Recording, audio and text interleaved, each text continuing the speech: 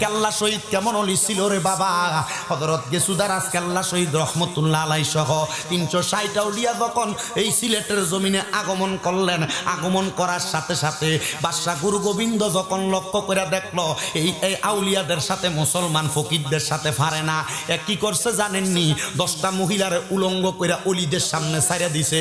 আল্লাহর অলিরা কয় আমরার নজরটা নিচা নজর, আমরার নজর দিয়া অলির দিকে তাকানো সম্ভব না। শাহজালাল ইয়ামিনী একটা ডাক দিয়া কয় অলির দলেরা ও আমার সফর সঙ্গীরা, তোমরা আমার একটা সঙ্গী একটা খবর দিতে পারবা? বলে কি খবর?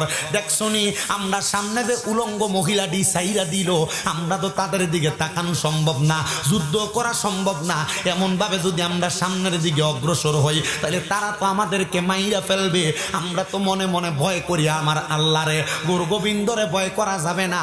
এমন টাইমে হযরত আহমদ গেসুদারাজ কেল্লা সামনে দাঁড়ায় গেছে। আহমদ দেয়া ডাক দিয়া কয় হযরত শাহজালাল ইয়ামিনী গো, আপনি যে বললেন আপনি দুনিয়ার রাজা বাদশারে ভয় করেন না, আল্লাহরে ভয় করেন, তাহলে কেন আপনি যুদ্ধ করতে যান না? বলে আমি যদি সামনে যাই, আমার চোখ দিয়া যদি আমি উলঙ্গ মহিলা দেখি, আমার বিবেকটা বাধা দেয়, আমার নফসটা নষ্ট হয়ে যাবে, কলবটা নষ্ট হয়ে যাবে, যাইতে পারতাম না রে, যাইতে পারতাম না। আহমদ গেসুদারাজ কেল্লা শহীদ রহমতুল্লাহ আলাইহি কয় কেমন অলি কইছে, কেমন আল্লাহরে ভয় করেন। সামনে আইসা আহমদ গেসুদারাজ কেল্লা শহীদ রহমতুল্লাহ আলাইহি ওনার মাথার টুপিটা ফালাইয়া হাতের মধ্যে তরবারিটা নিয়া, চুলটা ছিল বাবরি কাটা চুল, চুলটার মধ্যে দইরা নিজের ডান হাত দিয়া কল্লাটার মধ্যে একটা খুব দিছে, খুব দিয়া পুরা কল্লাটা আলাদা কইরা ফালাইছে। খুদার কসম বাবা, কল্লাটা তিতাস নদীর মধ্যে যায়া পড়ছে, সুরমা নদীর মধ্যে যায়া পড়ছে। ওই কল্লাটা পড়ার পরে আহমদ গেসুদারাজ কেল্লা কাটা কল্লা বিহীন দেহটা লইয়া তরবারিটা দিয়া ওই 10টা মহিলারে তরবারির আঘাত দিয়া কতল কইরা দিছে, কতল কইরা দিছে। বন্ধুরে আরে কল্লা তো নাই, দেখছে কি দিয়া? কলবের চোখটা খোলা, কলবের চোখটা খোলা।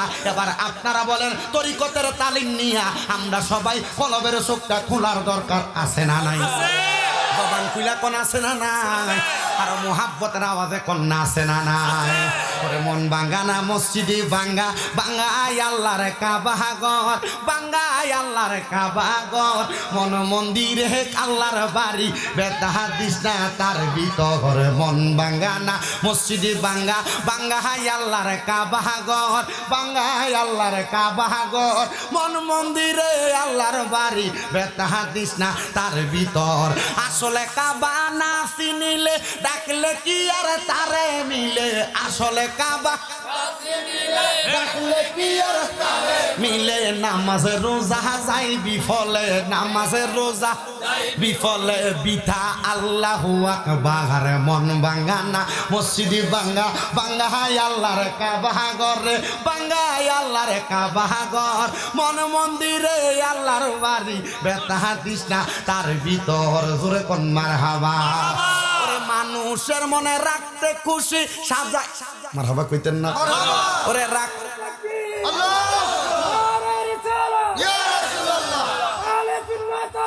জিন্দাবাদ। সোনাকান্দা দরবার, সোনাকান্দা দরবার শুরে জিন্দাবাদ। তরিকা ফুরফুরা তরিকা জিন্দাবাদ। জোরে কোন মারহাবা, তরিকা জোরে কোন মারহাবা। নারে তাকবীর, আল্লাহু আকবার, নারে রিসালাত। ওরে রাখতে খুশি মানুষের মন সাজাইলেন সাই বিশ্বভুবনে, রাখতে খুশি মনে সাজাইলেন সাই বিশ্বভুবনে। ফেরেশতারা সেজদা করে, ফেরেশতারা সেজদা করে, মকরমে পায়লানো তের ঘরে। মন ভাঙ্গা না মসজিদে ভাঙ্গা, ভাঙ্গা হাই আল্লাহর ঘরে, ভাঙ্গা হাই আল্লাহর কাবাগর, মন মন্দিরে আল্লাহর বাড়ি, বেতা হাদিস না তার ভিতর। জোরে কোন সুবহানাল্লাহ। বাগানো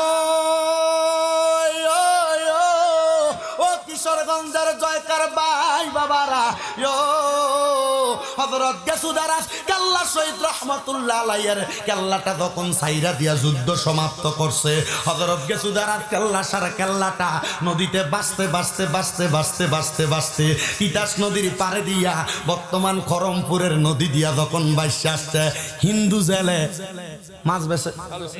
এখন তো মুসলমানেরও মাছের ব্যবসা করে, কিন্তু আগে মাছের ব্যবসাটা করতো কারা? হিন্দুরা। হিন্দুরা করতো, এটা তাদের পৈতৃক একটা ব্যবসায়িক দ্বারা ছিল।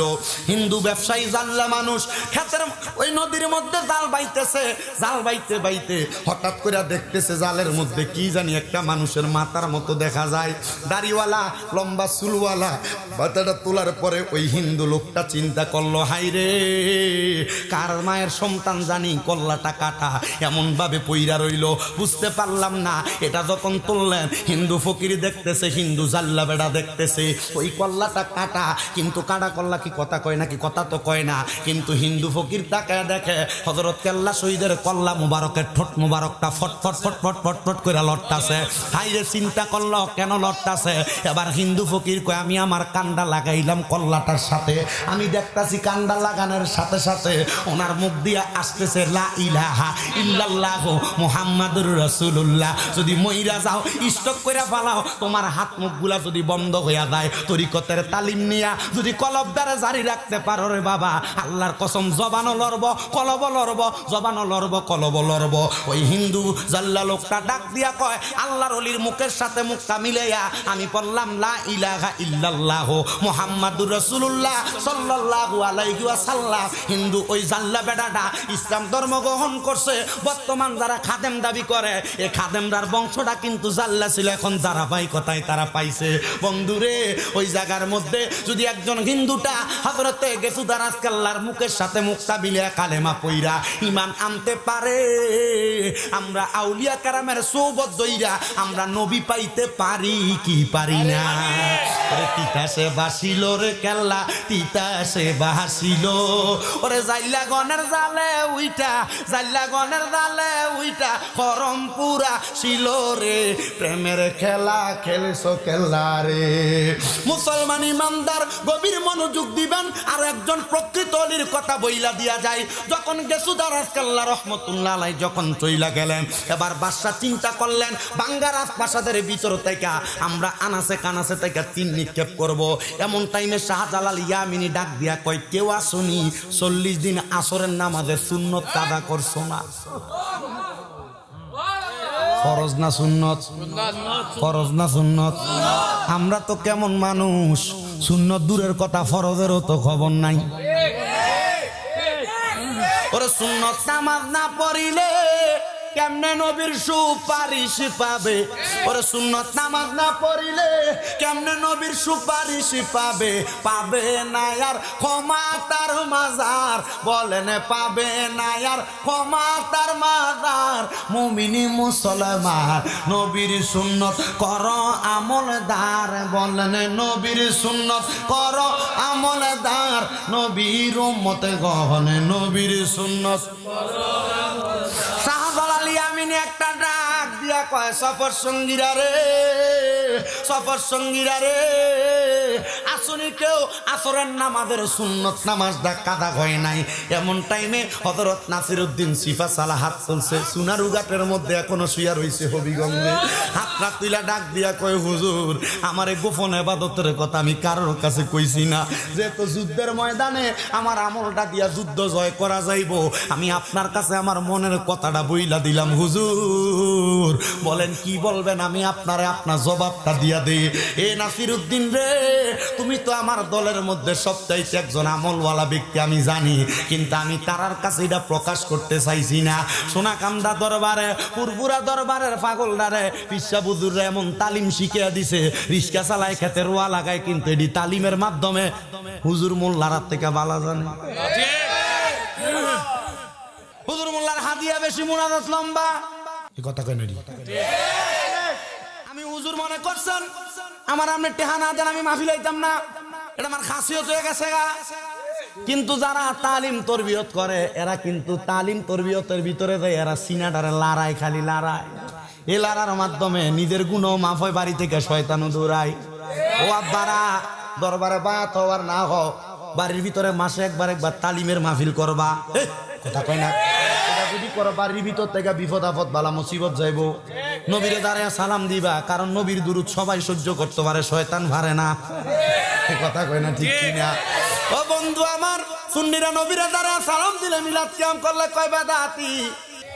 কথা কয় না? আমি বলবো বাবা আল্লাহর দোহাই, এর সঙ্গে কখনো তর্ক করবেন না।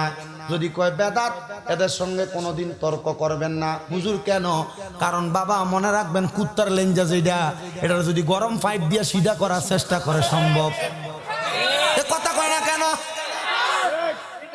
আল্লাহ কোরআনে কয় ইয়া আইয়ুহাল্লাযীনা আমানু, ওহে যারা ইমানদার, ওহে যারা আল্লাহ কারে কইছে? ইমানদারদেরকে। জোরে কন্যা কারে? ইমানদারদেরকে। আল্লাহ কয় সল্লু আলাইহি, আলাইহি পড়ে সল্লু, তোমরা দুরূদ পড়ো আলাইহি, ওই নবীর উপরে, ওয়াসাল্লিমু তাসলিমা। এই জায়গার ভিতরে মূল ফেসটা আল্লাহ কয় ওয়াসাল্লিমু তাসলিমা, সালাম দাও আদবের সাথে। তাসলিমান আয় তাকরিমান, তাসলিমান আয় তাকরিমান, সালাম দাও আদবের সাথে। আমরা ইয়া নবী সালাম আলাইকা কইয়া নবীরে দাঁড়ায়া সালাম দেই, বইয়া দিলে আদব না, দাঁড়াইয়া দিলেই আদব। আমরা নবীরে সালাম দেই। এটা যদি কেউ বেদাত ফতুয়া দিয়া তারার মতো সালাইয়া দিতে চায়, আমি বলবো বাবা তোমরা তোমাদের মতো থাকো, তোমাদের সাথে দ্বন্দ্ব নাই, তোমাদের সাথে ঝগড়া নাই, তোমাদের সাথে ফাসাদ নাই। বলে হুজুর কেন? আরে ওনাদেরই বড় হুজুর হাজী এমদাদুল্লাহ মুহাজিরে মক্কি রহমতুল্লাহ আলাই, ওনারে জিজ্ঞাসা করছে হুজুর আপনার আকীদা আর সুন্নিদের আকীদা তো আলাদা, আপনি কেন নবীরে দাঁড়ায়া সালাম দেন? উনি কয় আমি নবীরে দাঁড়ায়া সালাম দিলে আমার কাছে শান্তি লাগে। তো সুন্নিরারও তো এইটা, আমরা তো নবীরে সালাম দিলে শান্তি লাগে। আমরার বিশ্বাস, আমরা যদি নবীর দুরূদ শরীফ পড়া কবরে যায়, আমার নবীরে সালাম দিয়া কবরে যায়, ওই কবরে যাওয়ার পরে যখন তিনটা প্রশ্ন করব, মান রাব্বুকা কমু রাব্বি আল্লাহ, ওমান দিনুকা কইমু দিনি আল ইসলাম, কিন্তু কবরে 3 নাম্বার প্রশ্ন করব, নবীরে সামনে দাঁড় করাইব, ওমান হাদার রাজুল, এই ব্যক্তিরে চিনুনি? আমি আল্লাহর কসম বলবো, ওই নবীর দুরূদ পইরা, ওই নবীর সালাতু সালাম দিয়া, ওই নবীর সুন্নত দাড়ি মুখে রাইকা কবরে গেলে আপনি নবীরে চিনা লাগবে না। আমার নবী বলবে আয় আয় আয়, আমি নবীর কুল মুবারকে আয়, আমার দয়ালে নবী বিনে গো আপন বলতে নাই জগতে, আমার দয়াল নবী গো আপন বলতে। ওরে বেবে দেখি সব বিদেশি, বেবে দেখি সব বিদেশি, নিসে মায়ার জগতে আপন বলতে নাই জগতে, আমার দয়াল বিনে গো আপন বলতে ও নাই জগতে। ওরে যারা তোমার অতি গোয়াপন, তারা সবাই মিলে মিশে পরাইব কাফন। হায়রে যারা তোমার অতি গোয়াপন, তারা সবাই মিলে মিশে পরাইব কাফন। আরে মাটির নিচে করবে দাফন, মাটির নিচে গড়ে থাকতে দিবে না আপন বলতে। আব্বারে বিশ্বাস করেন, আপনার বউ কিন্তু আপনার লাশটা রাইখা পাহারা দিত না। মারা যাওয়ার পরে কইবা এরে আব্দুর রহিমের স্ত্রী, তুমি তো তোমার স্বামীর সাথে খাটের মধ্যে পুরাটা জীবন বড় আরামে সংসার করছো, রাত্রবেলা কেউ নাই লাশটা পহরা দিব, তুমি একটু পাহারা দেও না। বই কবা আমার ডর লাগে, এটা আমার লাশ, এই লাশের সামনে আমি থাকতাম না। জামাই কইয়া তোমার স্বীকৃত দিত না। এ যুবক ভাইরা, এ মুরব্বী বাবারা, একবার চিন্তা করে কবরে গেলে নবী ছাড়া কেউ তোমার আপন হইতো না। কেমনে রে ওই নবীর ব্যাপারে আকীদাটা এমন করে? কেমনে কয় ওই নবী মইরা গেছে গা, ওই নবী ফচ্ছা গেছে গা? আমার বিবেকের ভিতরে বাধা দেয়। এরা কে আসলে নবীর উম্মত দাবি করে, কিন্তু এরা তো মুসলমান না। আমার নবীকে উম্মত, আমারে যদি কেউ মরা কয় তারারে জবাব দিবা কেমনে? নবী কেমনে জবাব দিতাম? আমার নবীকে উম্মত। শোনো শোনো শোনো রে, আমার আল্লাহর নবী রহমতের নবী ঘোষণা করে আল আম্বিয়া ওয়া আহিয়াউন ফি কুবুরিহিম ইউরজাকুন।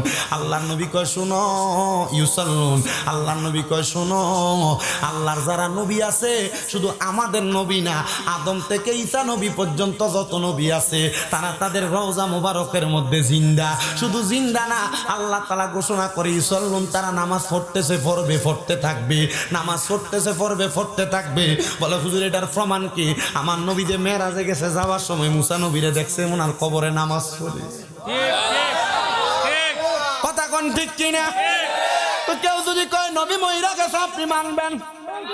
বলে হুজুর মরছে তো কথা সত্য, মরছে তো কথা সত্য, কথাটা কি মিথ্যা নাকি? আমি কমু হ্যাঁ বাবা কথাটা মিথ্যা। বলে কেমনে হুজুর? আমার আল্লাহর নবী মরে নাই, ইন্তেকাল করছে। কি করছে? ইন্তেকাল শব্দটা বাবিন ফিয়ালের ওজনে স্থানান্তরিত হওয়া, জায়গা পরিবর্তন করা। আমার নবী আলমে দুনিয়া থেকে আলমে বরজকের ভিতরে জায়গাটা পরিবর্তন করে গেছে। এই জন্য নবী ছাড়া কবরে আপন নাই। নবীর প্রেমে যদি জীবনটা সাজাইতে পারো, নবীর মোহাব্বতে সাজাইতে পারো, আল্লাহর কসম তোমার জীবনটা ধন্য হয়ে যাইব। তাহলে নবীর মিলাদ পড়া কিয়াম করে এটা মুমিনের কাজ, কোনো বেঈমানের কাজ না। আমার নবী কয় দুনিয়াতে আমি নবীর কোনো উম্মত যদি সাতটা পাক্কা ভাবে আমি নবীর প্রতি দুরূদ শরীফ আদায় করে কবরে যাই, ওই কবরে যাওয়ার পরে আমি নবীজি দেখব রে আমার আল্লাহ তাআলার 8টা জান্নাতের দরজা আমি দয়াল নবী রাহমাতুল্লিল আলামিন নবীর সামনে দর করানো। আমি দয়াল নবীকে আমার আল্লাহ আদেশ করবে, হাবিব আপনার যেই দরজাটা পছন্দ আপনি সেই দরজাটা দিয়ে জান্নাতে প্রবেশ করবেন। আমার নবী কয় একটা জান্নাতের দরজা খুলবো, আমি তাকে দেখব আদম থেকে ঈসা নবীরা একটা লম্বা সিরিয়াল করে দাঁড়ানো, ওনাদের পেছনে পেছনে ওনাদের উম্মতরা দাঁড়ানো। কিন্তু আমি দেখবো আমার আল্লাহ তাআলা আমি নবীর আদেশ দিব, নবী আপনি সর্বপ্রথম জান্নাতের দরজাটা খোলেন।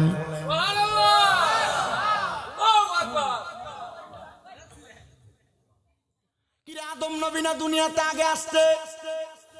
আমার আগে আমার বক্তা সাহেব অন্ধ হাফেজ হযরত মাওলানা শামসুল ইসলাম সাহেব গারুয়া পাক দরবার শরীফের খাদে মুনি কিন্তু বইলা গেছে, শামীম রাজার কাছে ওয়াজ একটা রাখা গেছে। রাখছে না বাবা? এরা আল্লাহ যে কইল আলাম তারা কাইফা ফাআলা রাব্বুকা বিআসহাবিল ফিল, নবী আপনি কি দেখেন নাই? তো নবী দুনিয়াতে আসার 49 দিন 59 দিন আগের ঘটনা আল্লাহ কেমনে কইল নবী আপনি কি দেখেন নাই? তার মানে বোঝা যায় আমার নবী মার গর্ভ থেকে দুনিয়াতে আসছে পরে, কিন্তু আমার নবী আলমে আরোহার মধ্যে সর্বপ্রথম আমার আল্লাহ তাআলা বানাইছে। আর আমার নবী আলমে আরোহাই বৈশা সব দেখছি।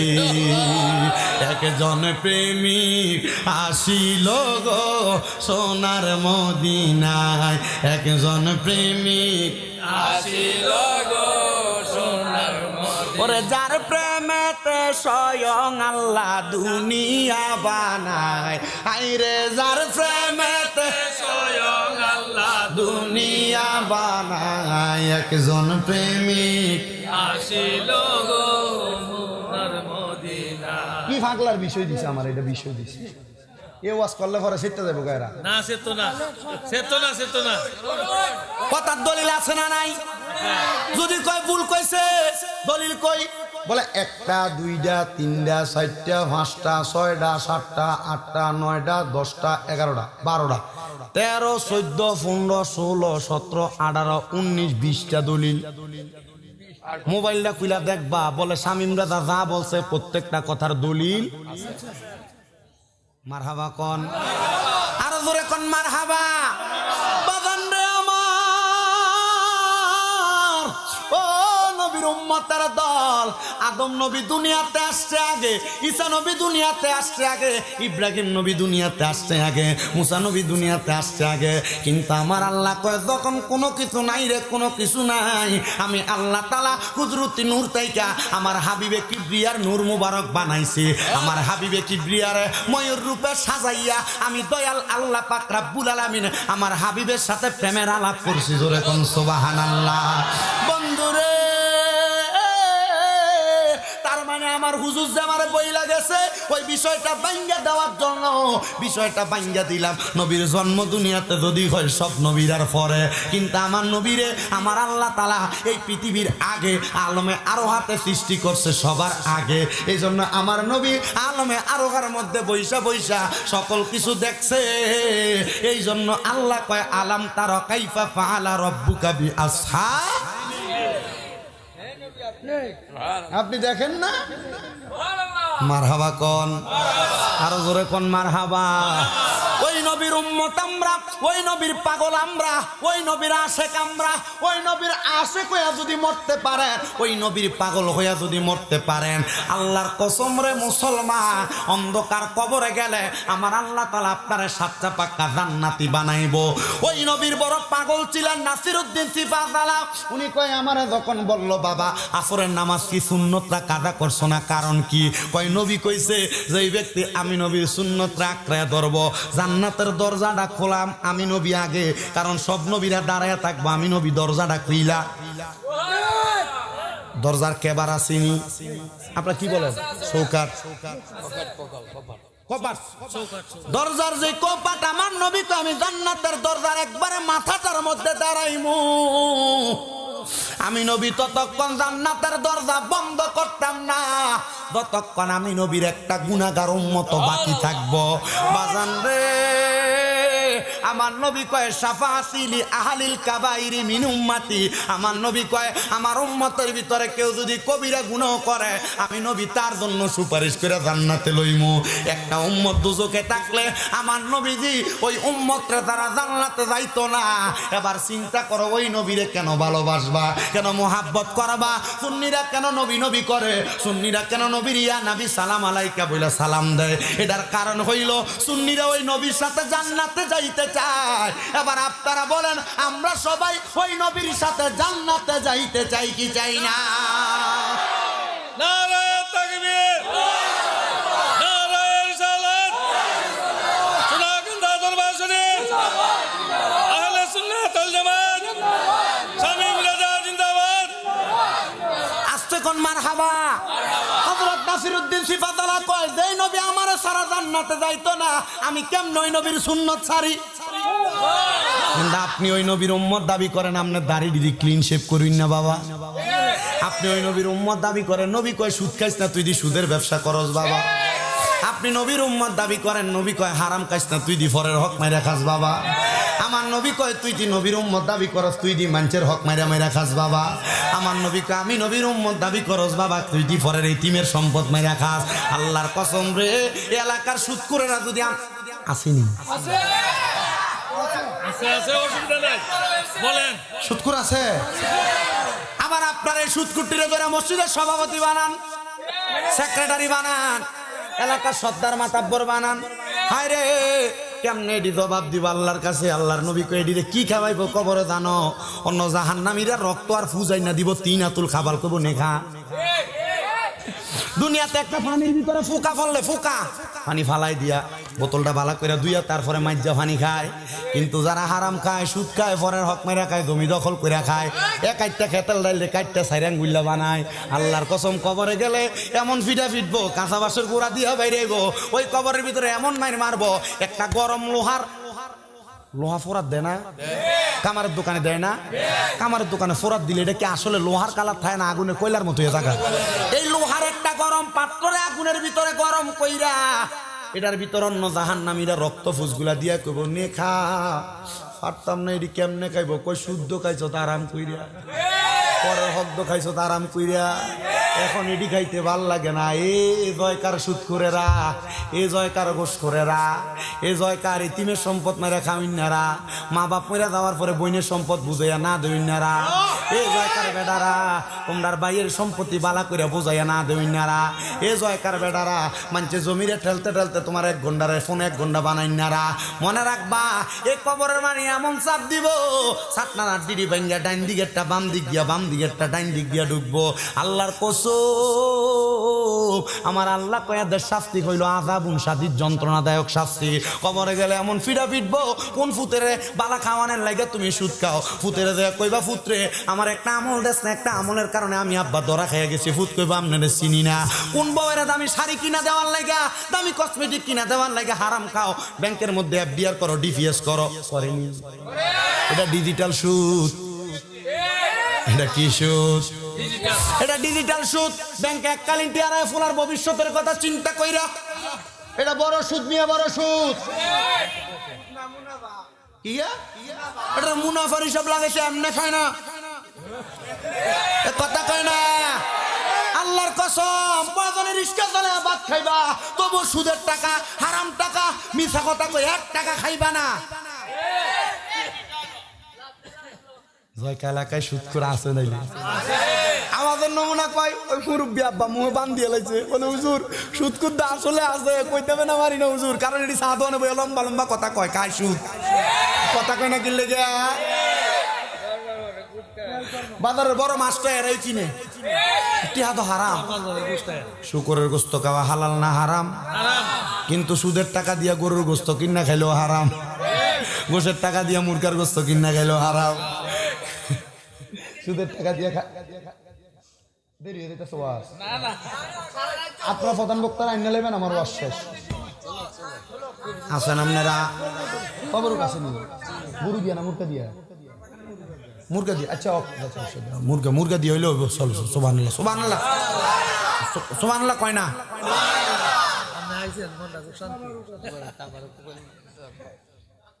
আমি কিন্তু বাবা কুমিল্লাতে আইছি না আমি নীলফামারীর থেকে আইছি আপনার এনে কইতে আইছি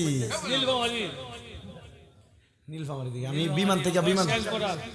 বিমান থেকে নামছি আপনার প্রায় 12:55 বাজে নাইমো আইসা সরি 12:55 ফ্লাইট হয়েছে এই সৈয়দপুর এয়ারপোর্ট থেকে এরপরে আপনার ঢাকা আইসা নাইমা আমাদের যে গাড়ি নিয়ে আসছি এই গাড়ির কাগজের একটু মিরপুর বিআরটিতে কাগজ শেষ করে আবার ব্যাক আসা লাগছে আপনাদের এদিকের জন্য না এদিকে গাজীপুর ফারিতে আমার সময় লাগবে 2 ঘন্টা 2.5 ঘন্টা জ্যাম বৃহস্পতিবার তো আমার এটা দেমাগে নাই আমি চিন্তা করলাম যে একটা বিপদে ফিরে দিলাম আল্লাহ করতেছি পরে দিই না নির্দিষ্ট টাইমের আগে আইয়া পৌঁছে গেছি মারহাবা কন আপনারা দোয়া করবেন আপনাদের দোয়ায় কুমিল্লাতে আমার 6টা মাদ্রাসা কয়টা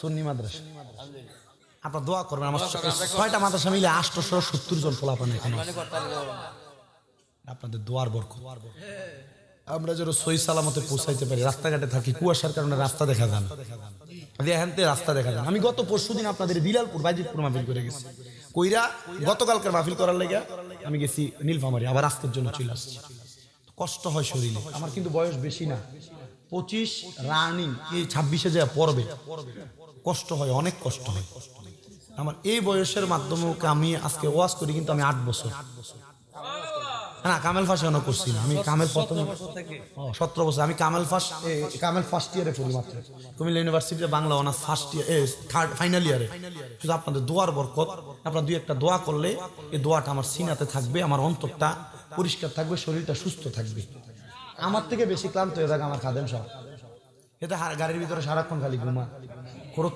আমি তারা জিগেলাম তুই যে আপনি ঘুমাস তোরে দেখে তো ড্রাইভারও ঘুমাই দেবো পরে গাড়ি দেখবি যে ডিস্ট্রিক্টটাকে তলে গেছে এরপরে আমি আজকে ড্রাইভার সাহেবের কইছি হনো আজকে রাতকে যাও আমরা 2 জনে ফয়দান হদার থেকে তারা ঘুমাইতে দিতাম আমরা সান তার গায়ে গোটা কি একটা বেড়া দেখা যায় সান শরীরের ভিতরে গোস্ত অভাব নাই খানার অভাব নাই মোটামুটি যা খায় সব সরস খানা খায় অসুস্থতা আল্লাহর রহমতে মোটামুটি মাঝে মাঝে দেখা দেয় আর কি তবে এটা যেটা অসুস্থতা দেখা দেয় এটা অসুস্থতা না এটা আল্লাহর পরীক্ষা এটা কার পরীক্ষা তা আমি কইছি যে যা করস গুনার কামের দিকে যেন কদম যেন না বাড়ে আপনি যদি এবার হাজার কিছু করেন গুনার দিকে যদি আপনার ফাও না বাড়ে কোন দিকে গুনার দিকে আর পরের ক্ষতি করার চিন্তা যদি আপনার ভিতরে না আসে তাহলে দেখবেন আপনার রোগ বালা মুসিবত হইলেও এগুলা সিম্পল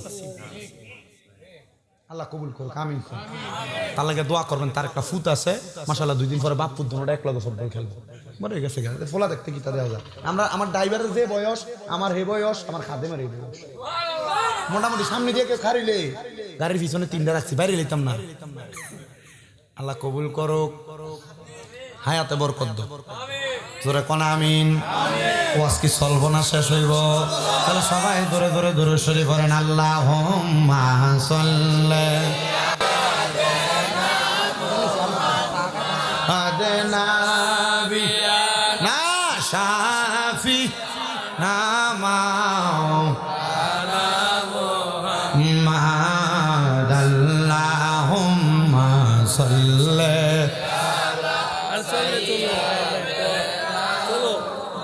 মাদনাবি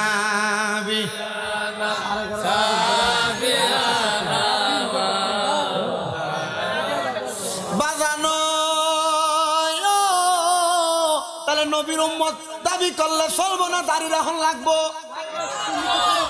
দাঁড়িয়ে রাখন লাগবো নি?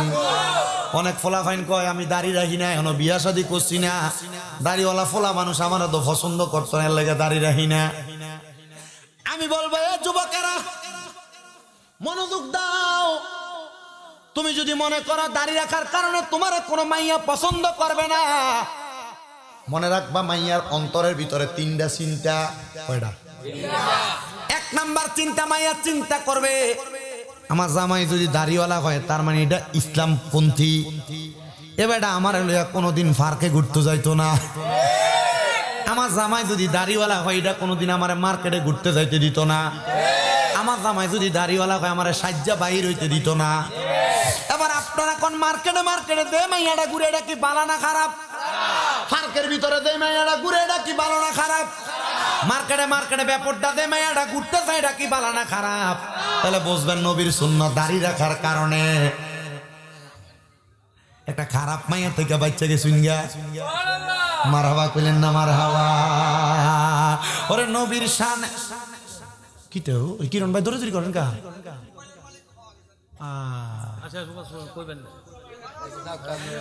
মারহাবা। তাহলে দাঁড়িয়ে রাখার কারণে একটা বাজে মাইয়া থেকে বাঁচবা যুবক। মনে রাখবা ও আমার এই জয়কা এলাকার মা বোনেরা, জয়কা এলাকার আমার যুবতী মাইয়ারা, যদিও তোমরা সুন্দর করে সাজ্জা বাহিরে গেলে পোলাপান তোমাদেরকে দেখলে টিস করে টিজিং করে দেখলে কয় কত সুন্দর। আল্লাহর কসম পোলারা বিয়া করার সময় এমন ব্যাপারটা মাইয়া বিয়া করে না। পোলারা বিয়া করার সময় আগে সাইয়াল ওই মাইয়াটা কোরআন শরীফ পড়তে পারেনি, কারণ পোলা জানে খোলা জিনিসের ভিতরে মশা মাসি বসে। তুমি খোলা মেলা ঘুরবা, পোলা পাইন তোমার বিয়া করতো না। এমনি দেখতেই সুন্দর, তলে দিয়া কিন্তু সদরগা। মুসলমান অলিরা অলিদের চোখে দেখে না, অলিদের চোখ আমার স্বয়ং আল্লাহ তাআলার চোখ। বলে হুজুর কেমনে? তিরমিজি শরীফের 2য় খণ্ডের মধ্যে হাদিস বর্ণনা। আল্লাহর নবী কয় তোমরা মনে কইরো না দুনিয়ার জমিনের মধ্যে আমি নবী বিদায় হইয়া গেছি, তোমরা আমি নবীর আর কোনো ওয়ারিসদার পাইবা না। মনে রাখবা আতিউল্লাহ ওয়া আতিউর রাসূলা ওয়া উলিল আমরি মিনকুম। তোমরা যদি আল্লাহর ইতাআত করতে চাও, আল্লাহর অনুসরণ করতে চাও, তোমরা রাসূলের অনুসরণ করো। রাসূলের অনুসরণ করতে চাইলে আউলিয়া কেরামের অনুসরণ করো। বলে হুজুর কত পীর দেখলাম, কত মুর্শিদ দেখলাম, কত বড় বড় হুজুর দেখলাম, হুজুর ওলি চিনমু কেমনে? আল্লাহর নবী ইবনে মাজাহ শরীফের 303 নম্বর পৃষ্ঠার ভিতরে হাদিস কয়, নবী আমার ডাক দিয়া কয় আলা উকবিরুকা মুলুকিল জান্নাতি।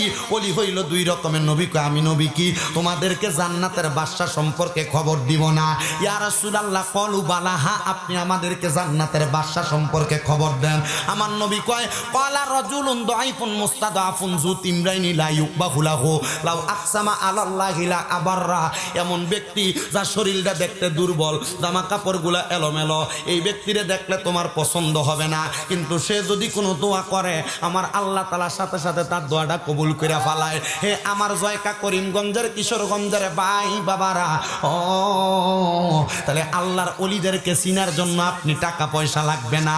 ওলি যদি চিনতে চান তাকাইবেন তার দিকে, শরীরটা দুর্বল হবে, শরীরের কাপড় এলোমেলো হবে, পাবে, কিন্তু এরা দোয়া করলে আল্লাহ দোয়া কবুল করবে। এরা হলো মজ্জুব অলি, পাগল অলি। দেখবেন রাস্তা দিয়ে মাঝে মাঝে অনেক পাগলেরা ভিক্ষা চায়, আপনারা এদেরকে আপনারা ফানি মারেন, আপনারা এদেরকে কলা সুলকা মারেন না। যদি মন চায় এদেরকে কিছু দিয়া সহযোগিতা করবেন, মন না চাইলে এদের সঙ্গে বেয়াদবি করবেন না। এবার আমার নবী কয় আরেকটা প্রকার অলি আছে। ইয়া রাসূলুল্লাহ, আরেকটা প্রকার অলি কারা? আমার নবী কয় ইজারু উযুকিরাল্লাহু আযজা ওয়া জাল্লা, যেই অলির দিকে চাইলে আল্লাহর কথা মনে হয়, এটা হলো হক্কানি অলি, এটা হলো হক্কানি অলি। বলে হুজুর আল্লাহর কথা কার দিকে চাইলে মনে হয়? আল্লাহর তো আমরা দেখছি না, তাহলে আল্লাহর কথা কেমনে আমরার মনে হইব? আমার নবী কয় এই পিঠটারে দেখলে দেখবা এই পিঠটার ভিতরে আমার আল্লাহর ভয় বেশি, তাকওয়া বেশি। আমি আপনার কাছে আয়াত তেলাওয়াত করছি, ইয়া আইয়ুহাল্লাযীনা আমানু তাকুল্লাহা ওয়াল তানজুর নাফসুম মা কদ্দামাত লিগাদিন ওয়াত্তাকুল্লাহা ইন্নাল্লাহা খাবীরুম বিমা তা'মালুন। আমি আয়াতের এই ভাঙ্গানুবাদ আপনাদেরকে কইরা দিয়া যায়। আমার আল্লাহ কয় ইয়া আইয়ুহাল্লাযীনা আমানু, হে নিশ্চয় যারা ইমানদার এবং নেক আমল করে এরা হইল উলাইকা হুম খায়রুল বারিয়া, সবচাইতে পৃথিবীর উৎকৃষ্ট মানুষ, বালা মানুষ। এরা যখন কবরে যাইব ইমাম থাকার কারণে, ইমানের দৌলতে ধনী হওয়ার কারণে, নেক আমল করার কারণে এরা কবরে গেলে এরা আর চিন্তা করা লাগবে না। এদের চেহারার মধ্যে 5 ওয়াক্ত নামাজ পড়ার কারণে ওযু যে করছে এমন একটা নূরের আলো চমকাইব, আমার আল্লাহর ফেরেশতারা কোনো সওয়ালের জবাব ছাড়া তারা জান্নাতে নিয়ে যাইব। পর্দার অন্তরালের মা বোনেরা, ও আমার এই জয়কা এলাকার মা বোনেরা, সোশ্যাল মিডিয়ার মাধ্যমে দেখনাওয়ালা ভাই বাবারা, মা বোনেরা, মনোযোগ দেন গো মা। আল্লাহর ইবাদতে আপনাদেরকে সবচাইতে বেশি দুর্বল পাওয়া যায়। আপনারা আল্লাহ তাআলার ইবাদত করতে চান না।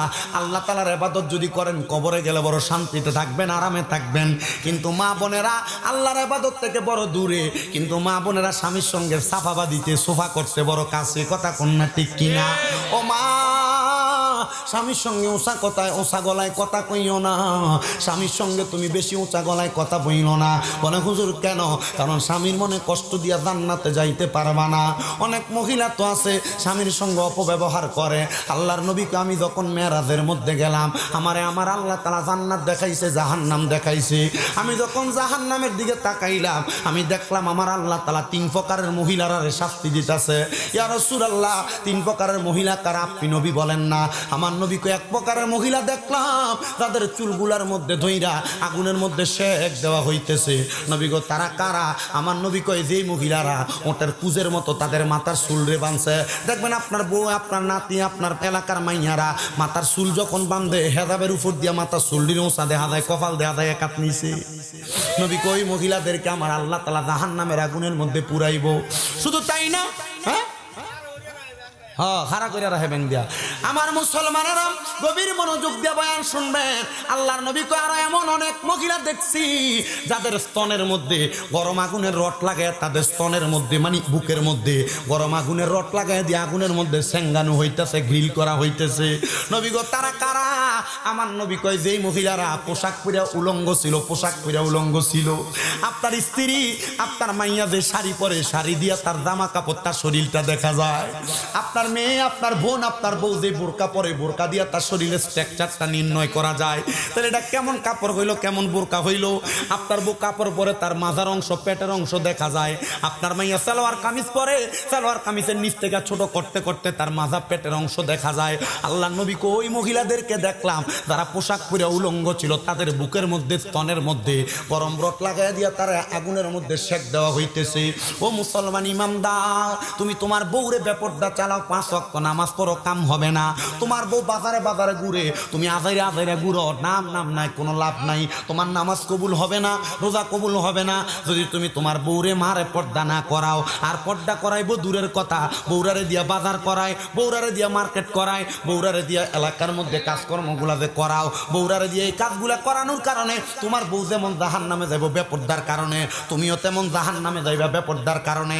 জয়কার যুবক, আল্লাহর নবী কয় 3 নাম্বার আরো কিছু মহিলা দেখছি যাদের জিহ্বাটার মধ্যে আগুনের কেসি দিয়া কাটা হইতাছে। ও নবী গো তারা কারা? আমার নবী কয় যাই মহিলারা তাদের স্বামীর অভিশাপ দেয়, যে মহিলারা তাদের সন্তানের অভিশাপ দেয়। দেখবেন মাঝে মাঝে আপনার মা আপনারে, মাঝে মাঝে আপনারে কত উপর আল্লাহর গজব করুক। অনেক মহিলারা স্বামীর ইনকামের ভিতরে, স্বামী যদি যদি একটু থেকে একটু অন্যরকম করে স্বামীরে কয় তোমার উপর আল্লাহর গজব পড়ুক। এ মা বোনেরা সাবধান হইয়া যাও, জিহ্বাটা আগুনের কেসি দিয়া কাটবো। এ স্বামীর মনে কষ্ট দিয়া তুমি যদি জান্নাতে যাওয়ার চেষ্টা করো, জান্নাতে যাইতে পারবা না, জান্নাতে যাইতে পারবা না। গতকালকে আমি যে জায়গায় মাহফিল করেছি নীলফামারী সৈয়দপুরের কাছারি বাজার এলাকায় চারপাড়া, ওই এলাকার মাহফিলের সভাপতি, ওনার 3টা সন্তান। ওই 3টা সন্তানের মধ্যে একটা সন্তান ব্রাহ্মণবাড়িয়াতে ম্যাজিস্ট্রেট মহিলা, আর একটা সন্তান ছেলে মেয়ে উনি খুলনাতে পুলিশের দায়িত্বে আছে, আর একটা সন্তান নাকি ঢাকা গাজীপুরে পুলিশ কি দায়িত্বে আছে। উনি আমার কাছে যখন দেখলাম, আমি ওয়াজ করার পরে সভাপতি বক্তব্য দেয়, দেখলাম উনি ওনার স্ত্রীর কথা বইলা কান্না করে দিছে।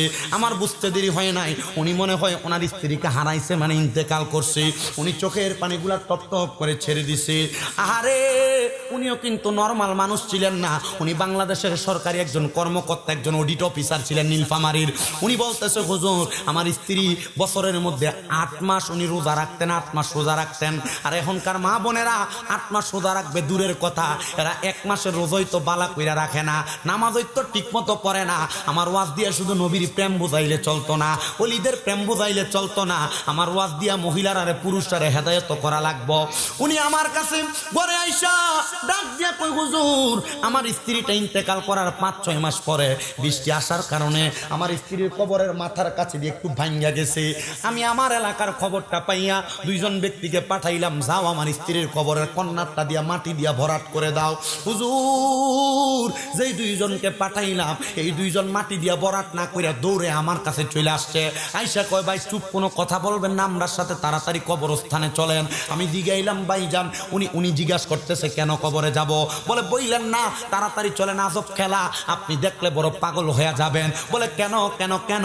বলে আমার সাথে চলেন না। উনি ভয় পায় ওনার সাথে আরো 2-3 জনরে নিয়ে গেছে। উনি কয় হুজুর মানুষ মারা যাওয়ার পরে ওনাদের শরীরের চামড়া পইচা যায়, শরীরের নখ পইচা যায়, গোস্ত পইচা যায়, হাড্ডিগুলা মাটি খেয়ে ফেলে, কাপনের কাপড় পইচা যায়। আমি 5 মাস আগে আমার বউরে কবরে শোয়া দিয়ে আসছি, কিন্তু আমি আমার বউয়ের কবরের সামনে দেয়া দেখি যে জায়গা দিয়া মাটি ভাঙছে ওই জায়গা দিয়ে আমার বউয়ের একবারে লাশগুলার মধ্যে ময়লাও লাগে নাই, বালুও লাগে নাই।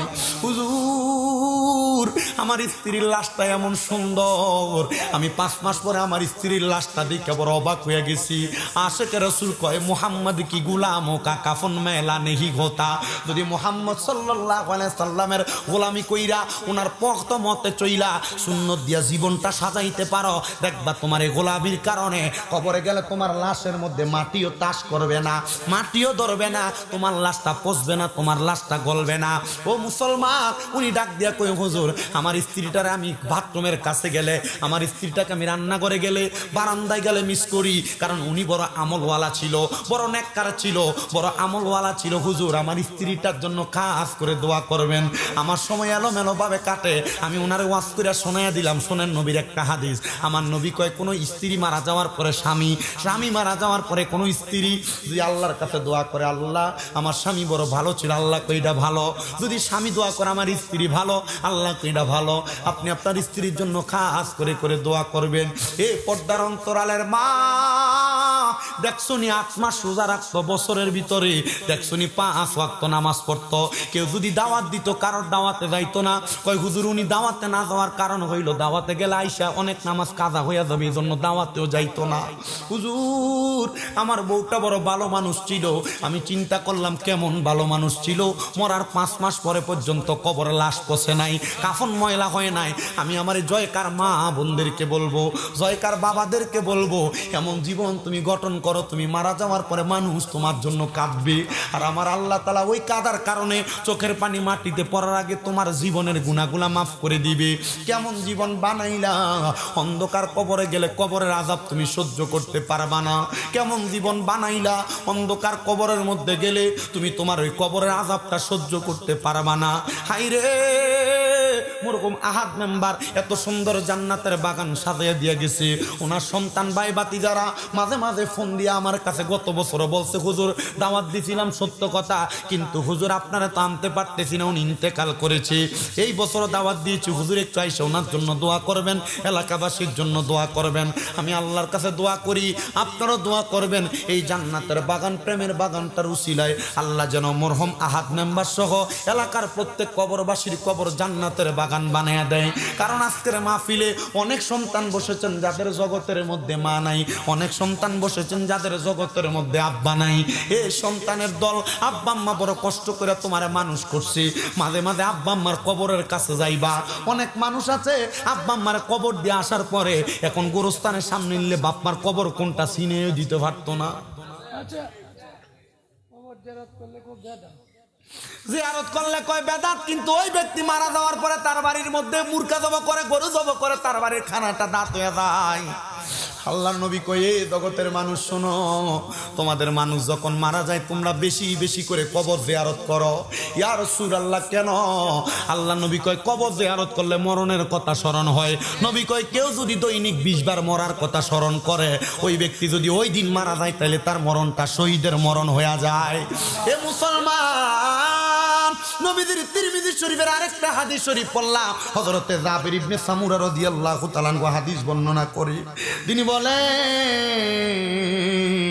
কোন সন্তান যদি জুমার নামাজ আদায় করার পরে শুক্রবারে আম্মা আব্বার কবরের সামনে দাঁড়াইয়া রব্বির হামহুমা কামা রব্বায়ানি সগীরা ওয়া রব্বির হামহুমা কামা রব্বায়ানি সগীরা বইলা কান্দে,